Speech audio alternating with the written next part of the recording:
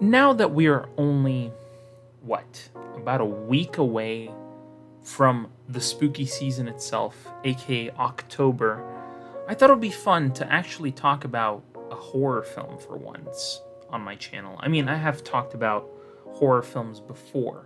I did Alien Romulus a while back.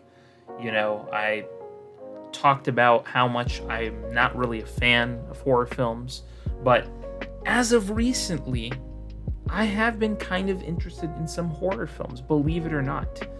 And it is no exception when we are talking about a film that not only has been getting great reviews, but has gotten the attention of many people. And that movie is Weapons. Now, like I said before, horror movies aren't really my thing.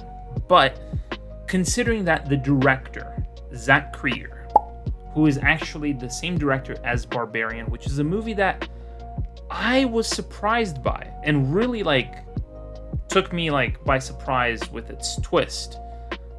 I really thought that, if that movie was good, I think I should give this one a shot too.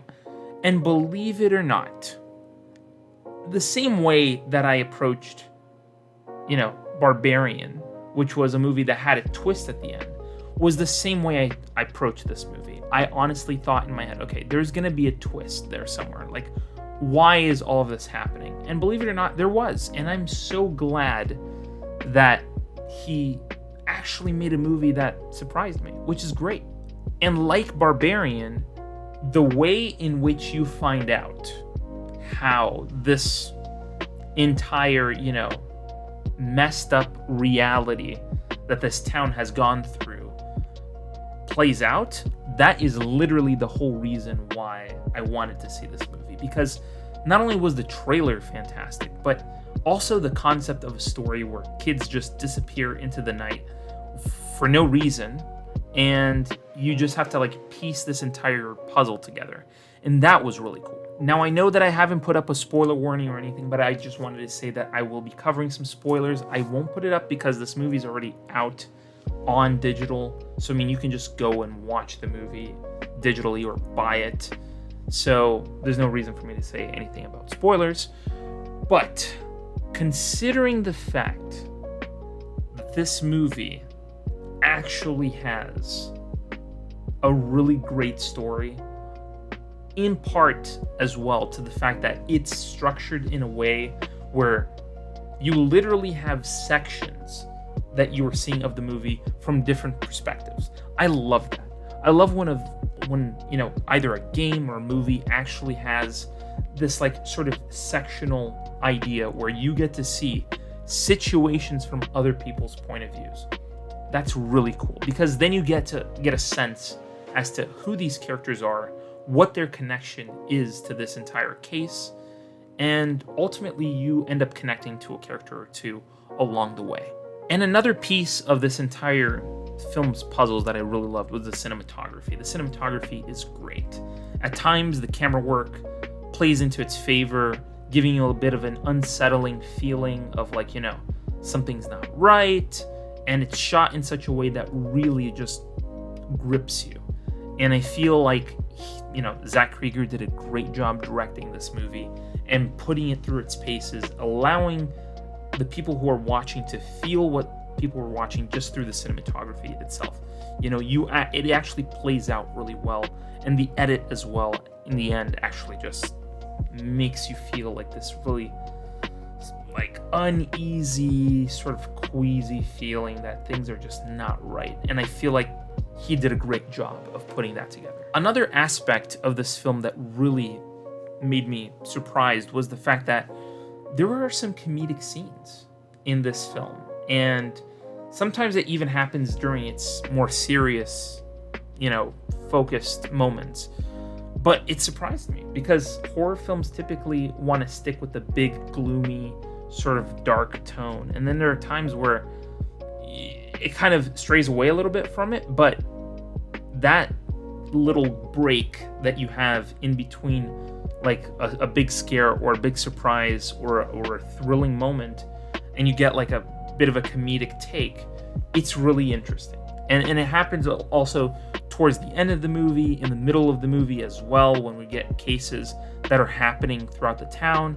And obviously, the drug dealer kid who's in this story. And he has some comedic moments as well, which is really great. And I feel like to have comedic moments in a horror film is kind of jarring at times, but it was really well done here. And I think a big part of what makes this movie a success is the casting.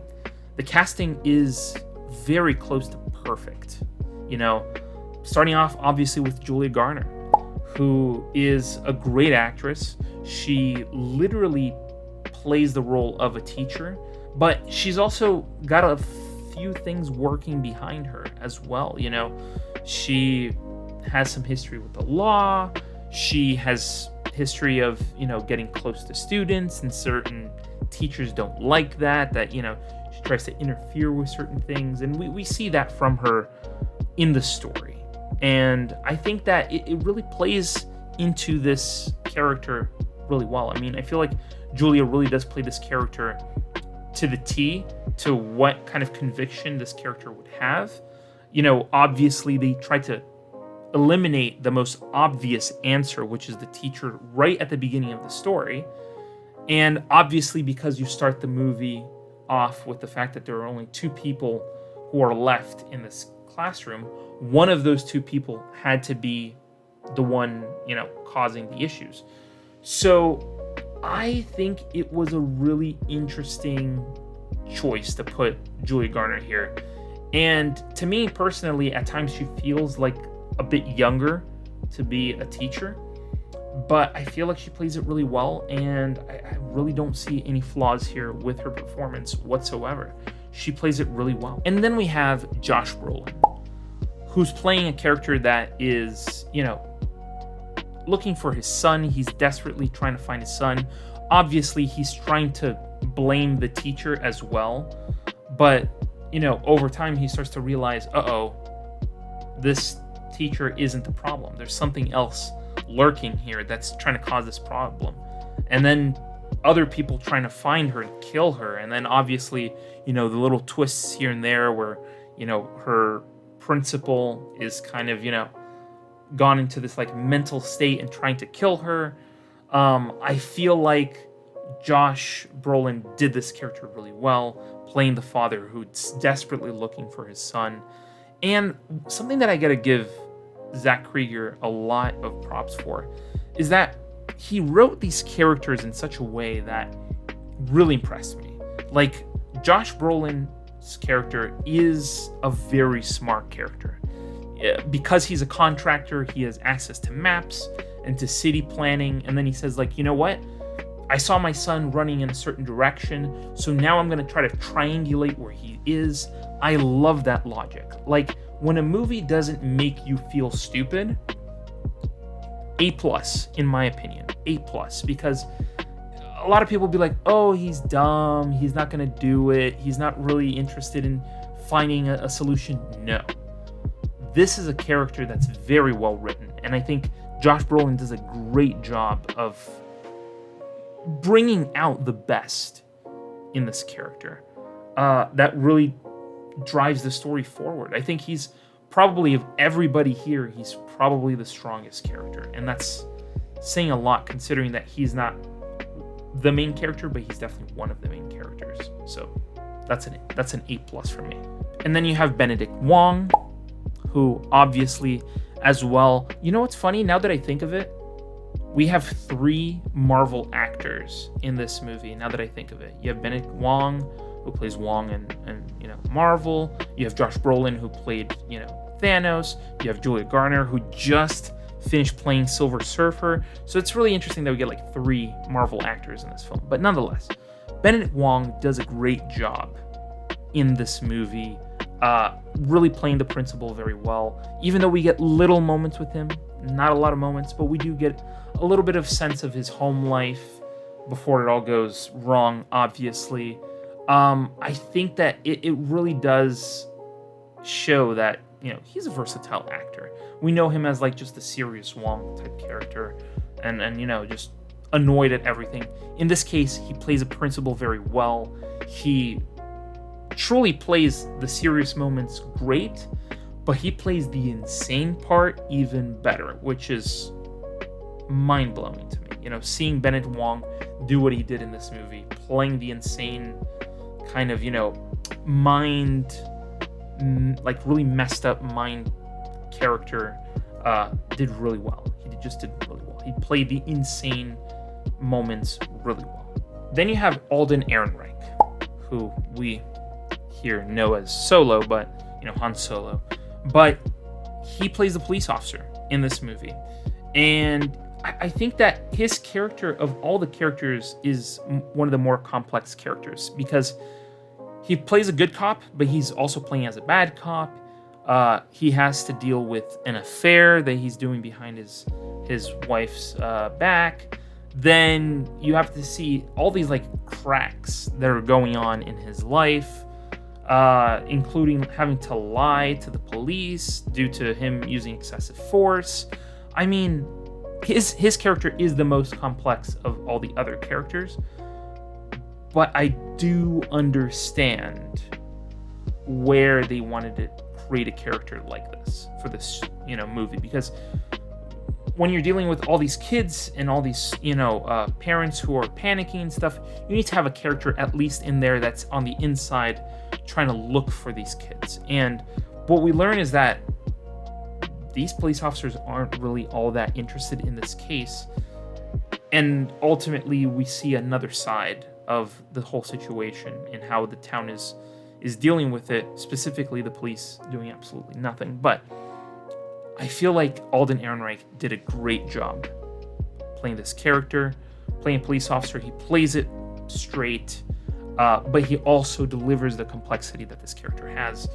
Even though every other character doesn't feel like it has a huge amount of complexity, his does. And I think he's written really well for what he's doing and what he's, delivering here in the film. So, great job. Now, I feel like this is just something that, Zach Cregger happens to do in his movies.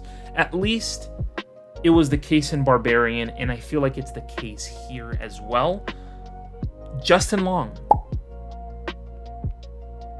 Once a character, or I should say once an actor, who used to be like leading man and doing a bunch of leading films, and he just pops in here for like literally, I would say, if I would be lying to say that it was probably less than 5 minutes of this movie. He's in this movie for less than 5 minutes. He pops up and it, all right, like that sort of idea. So Justin Long popping up, okay, pretty cool. And obviously, I had to top it off this list with none other than the titular character, the character with which this entire movie sort of revolves around, and that we only find out in the end who she is, as Gladys, Amy Madigan. I honestly, if I have seen this woman play another role, I don't remember it, but as Gladys, she's terrifying. I mean, absolutely terrifying. Because she plays it really innocent, and as someone who's watching the movie, I'm like, oh my god, like, why are you falling for this? Why are you falling for this witch-ish character's, essence? It's so weird.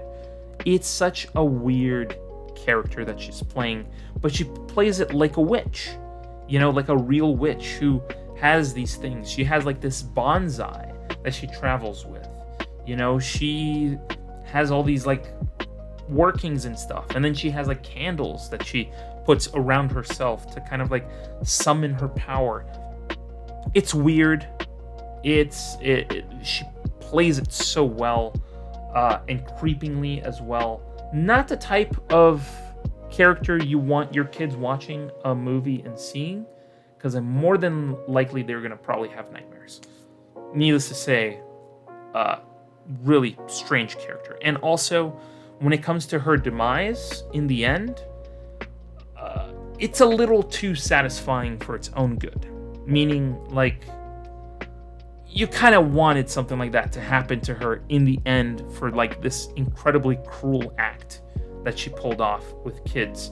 So yeah, she did incredibly well in this film. Now, I think this is all to say that this film really proves that you don't need a $30 million, $40, $50 million budget to make a movie. Which, honestly, I don't know what the budget of this movie is, but I'm pretty sure it wasn't like $100 million to make this movie. And it just proves that you can do incredible filmmaking on a very low budget and still get the essence and the feeling that you're supposed to get from a horror film, even on a very low budget. You know, you don't need super high quality VFX. And if this movie had any VFX, I didn't see any of it. You know, I felt like this movie, as low a budget this movie can be, everything works toward it being a great movie. Everything. The cinematography, the music, the actors who are in it, you know, the story, the writing was great, you know, and none of that felt like it was a super high budget movie, but it worked. And it just goes to prove that you don't need that high budget to make an excellent film. And I think the most exciting thing of this film is that now there are talks and rumors of a possible prequel film that they're working on. Yeah, I am as shocked as you are to find out the same thing. You know, and I feel like it deserves it. It's a great film, and I want to know about Gladys. I want to know her backstory. You know, I want to know how she became a witch. You know, and I'm saying witch in a very like open term because that's what she looks like and how she is doing her, you know, sort of witch-like things. So that's the only reason why I'm considering her as a witch. But I feel like she would be a great character to explore more. And this news is great. This news is absolutely great. And I can't wait to see if they are going to make a prequel to this film. And like I say in all my videos, this is just my opinion, my thoughts, how everything is playing out in my brain. And I want to hear what's playing out in your brain. I want to know from you, what do you guys think? Did you like Weapons? Did you watch Weapons? Are you not going to watch Weapons because it's a scary movie? Listen, as a fan of regular films who are not horror related, I enjoyed this movie a lot. I think it's worth watching. If you're into like the creepy, spooky type stuff, this is your jam. I think you're gonna like this movie. And again, I don't know. Maybe you're someone who is into the creepy horror type genre. Did this movie scare you? I want to know from you. I want to hear from you in the comments below. And while you're down there, hit the subscribe button and hit the bell to be notified when new videos go live on this channel. And thank you so much for watching this video. And I'll see you in the next video. Scrolling through YouTube, same old routine, then bam, movie savant, what a scene. Trivia bombshells dropping knowledge like rain. Forget the dishes, gotta watch it again. Movie buffs unite, savants to place. Subscribe and hit the bell, don't leave a trace. Next level knowledge keeps you in the loop. Savant's got the scoop, ain't nothing to recoup.